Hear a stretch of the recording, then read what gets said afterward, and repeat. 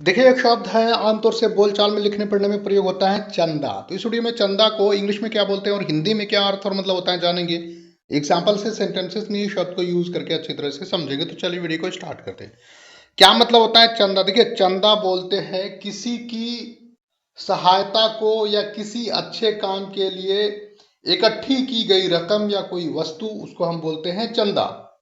मतलब दान या भेंट।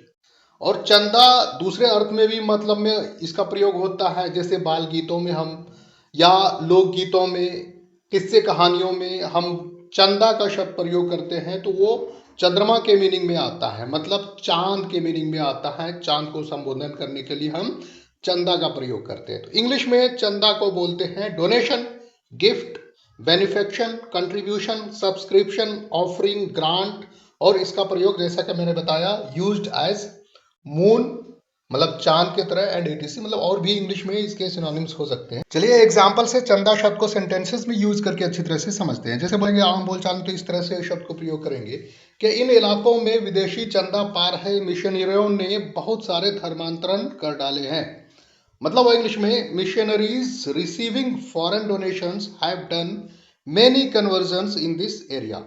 दूसरा एग्जांपल है कि सूरज, चंदा और सितारे ये सब है तुम्हारे।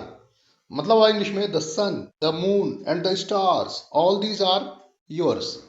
ठीक है, तो उम्मीद है आपने चंदा शब्द को हिंदी इंग्लिश में एग्जाम्पल के साथ में अच्छी तरह से समझ लिया है। Thanks for watching educare desk.